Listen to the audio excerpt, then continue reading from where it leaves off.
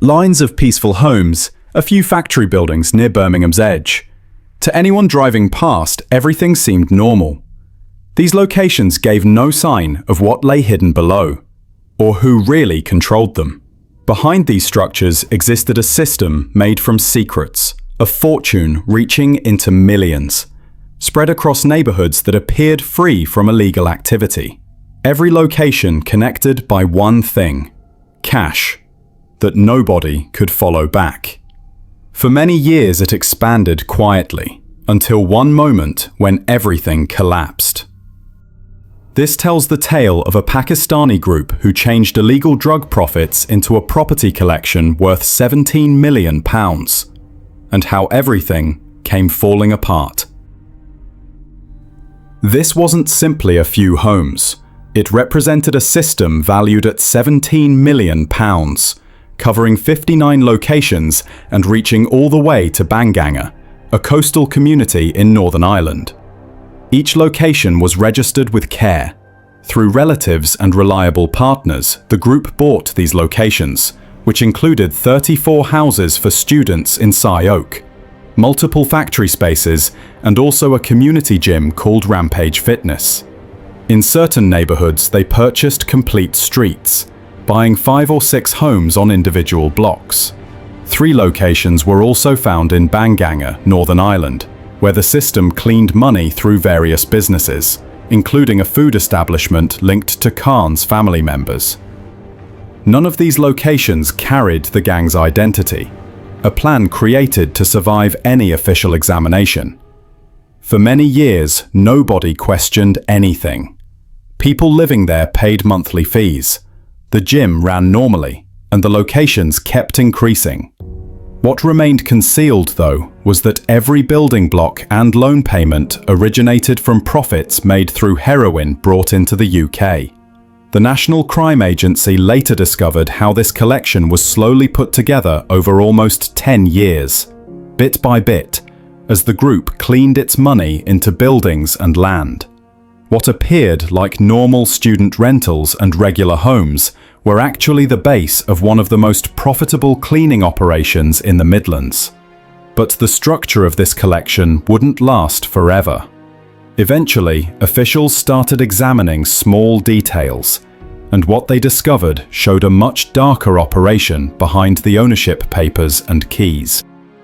Standing at the middle of this collection was Amiran Zeb Khan, a person already familiar to police forces. Khan, together with his close partners Muhammad Ali and Sajid Hussain, worked quietly in East Birmingham.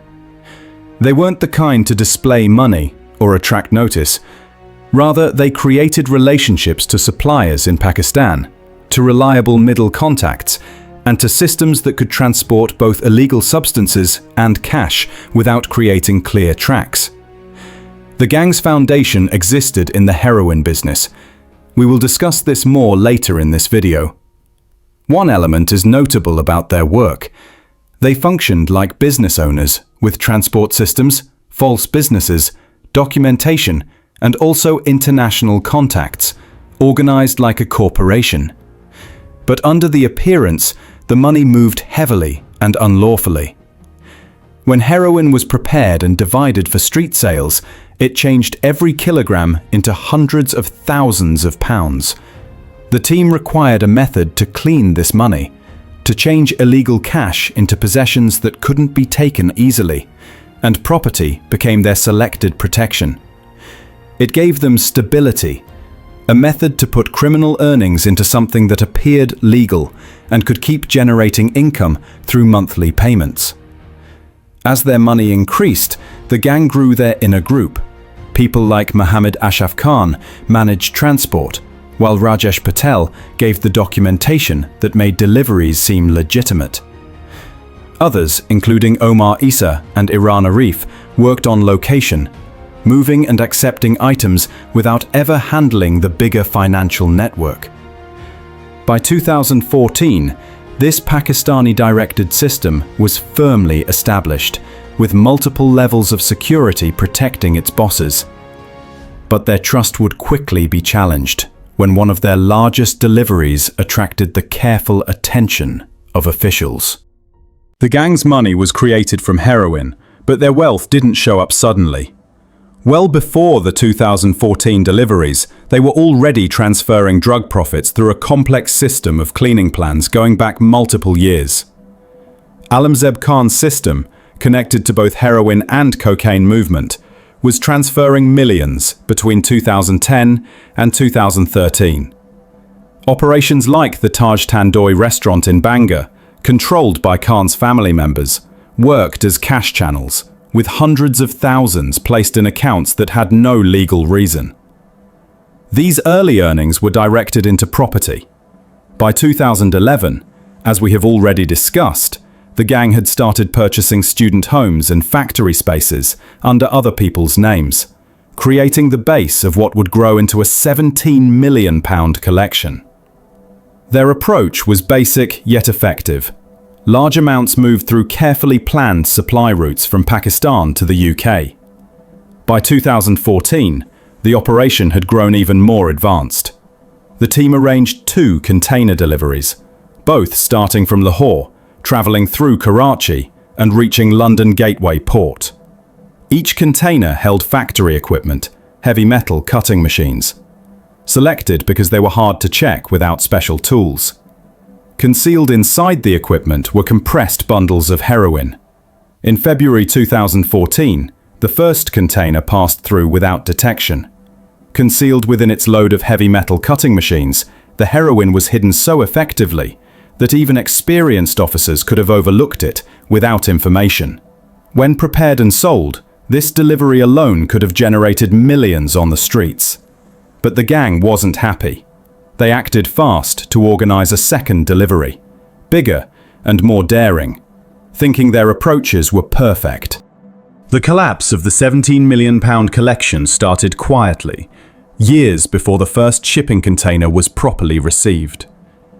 In December 2011, the Police Service of Northern Ireland, PSNI, marked unusual property movement to the National Crime Agency. Among the warning signs were multiple addresses in Bangor, which we have discussed earlier. These locations seemed to be controlled by people with almost no legal income, a signal that something larger was happening. The NCA started its first civil recovery examination, working on tracking the origin of money connected to these homes.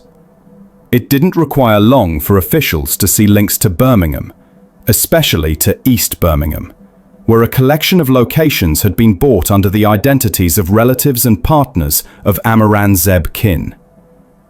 Officials started matching stated earnings with the worth of the possessions. One situation was clear. A person making £20,000 yearly but owning multiple locations worth over £1 million together. As Andy Lewis, leader of the NCA's Asset Denial Group, later stated, discoveries like these make the warning signs appear. From this moment on, the NCA changed its plan. Rather than focusing on people straight away, they concentrated on the properties, not the individuals, using civil recovery abilities under the Proceeds of Crime Act. This would let them take possessions even if the criminal system tried to stay hidden. By 2012, the group had created a growing list of suspicious property purchases connected to the same team. At this point, they didn't have confirmation of drug movement yet, but the money patterns were too clear to miss. Each purchase, each unexplained movement of money became another detail for officials to examine. The plan was ready. The operation would continue for years, developing into one of the NCA's longest-running asset recovery situations. By middle 2014, the gang was arranging another major delivery. As we talked about earlier, their first container, sent earlier that year, had moved through customs without notice. This achievement had given them confidence. Trusting in their approaches, they organized a second delivery with the same path. The container held the same type of equipment, heavy factory cutting machines. Each machine was solid and created to appear unremarkable. But this time, border security officers became doubtful. Regular checks showed problems in the weight and build of the machines. When they were opened up, officers found 165 kilograms of heroin. With the same 58% strength, this single delivery, which reports stated could be reduced to create up to 2 million street portions, with a calculated street worth of £19 million. Instead of taking it immediately, the NCA and Border Force put the equipment back together and let the container keep moving. It was a dangerous choice, but it would show everyone participating in the plan. Watch teams followed the load to a factory space in Sandwell, West Midlands. Recording devices and sound tools were set up, prepared to record the exchange. Shortly, Omar Issa and Imran Arif, two reliable members of the system, came to collect the delivery. Not knowing they were being observed, they started removing the machines, thinking they were handling untouched heroin worth millions. Every action, every interaction was documented, giving the proof officials had been seeking. This operation didn't just catch the people at the lower level.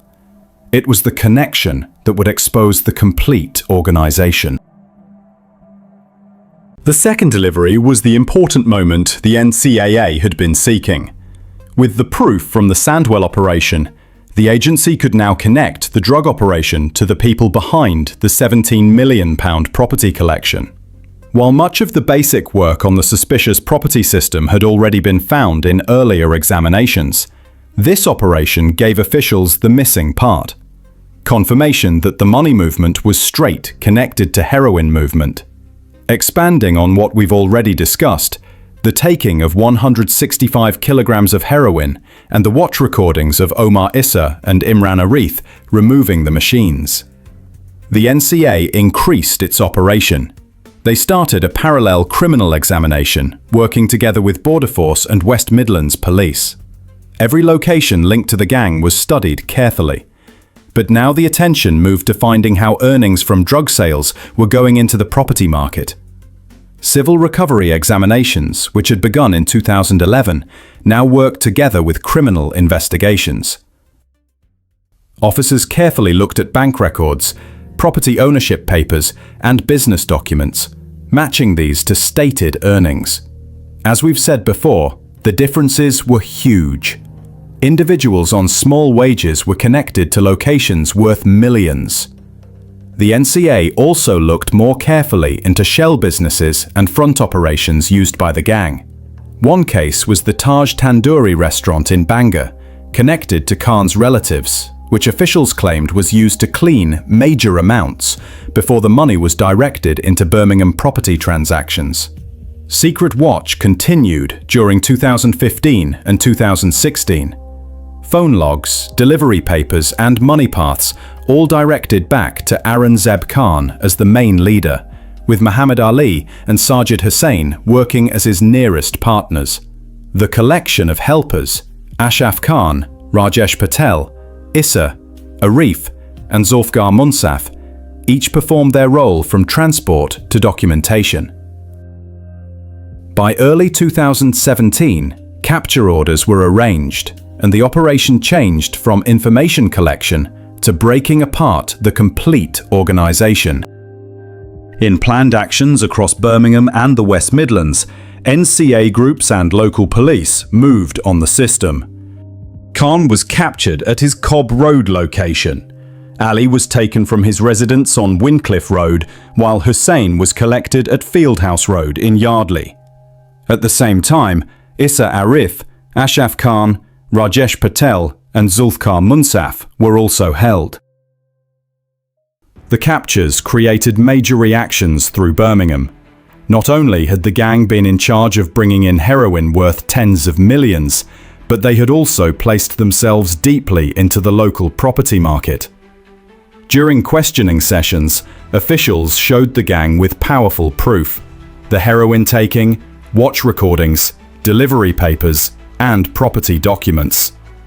Most stayed quiet, but Zulfikar Munsaf decided to admit guilt early, accepting his part as a messenger between the main leaders and their workers.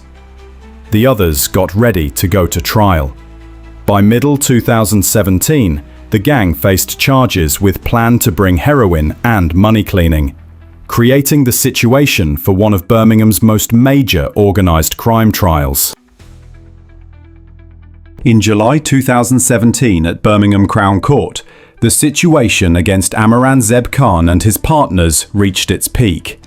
The legal team presented the tale step by step, connecting the gang's large £17 million property collection to the earnings of a highly organised heroin movement operation.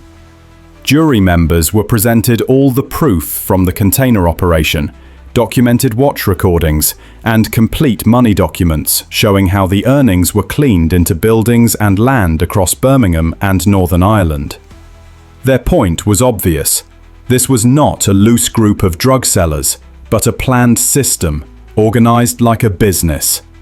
Punishment started with the main leaders. Amiran Zeb Khan, 38, got 22 years in jail for his main part in organising the heroin bringing and cleaning the earnings. Muhammad Ali, 36, was also given 22 years, seen as a main organiser and reliable partner of Khan. Sajid Hussain, 32, was punished to 22 years, showing his role in managing the bringing routes and selling plans. The court then looked at their helpers. Muhammad Ashaf Khan, 49, was given 17.5 years for handling transport. Rajesh Patel, 52, who used his business links and documentation, was jailed for 15.5 years. Omar Issa, 36, was punished to 15.5 years, while Imran Arif, 35, who helped in getting the delivery, was given 10 years. At last, Zulfikar Mansaf, 38, the gang's middle person, and the only member to admit guilt before the trial, was punished to 14 years. By the finish of the trial, the team faced a combined 139 years in jail, their property collection broken apart, and their multi-million-pound operation destroyed. What do you think of this situation and the punishments given to the gang? Tell us your opinions in the comments section. If you want more actual true crime documentary like this, remember to subscribe, switch on alerts, and keep watching. There's always another situation ready to be shown.